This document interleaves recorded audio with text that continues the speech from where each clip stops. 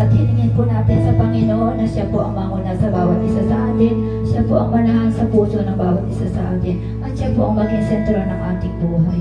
Patuloy po natin hilingin sa Kanya na iloko po niya ang Kanyang banal na Espiritu sa bawat isa sa atin at sa lahat din po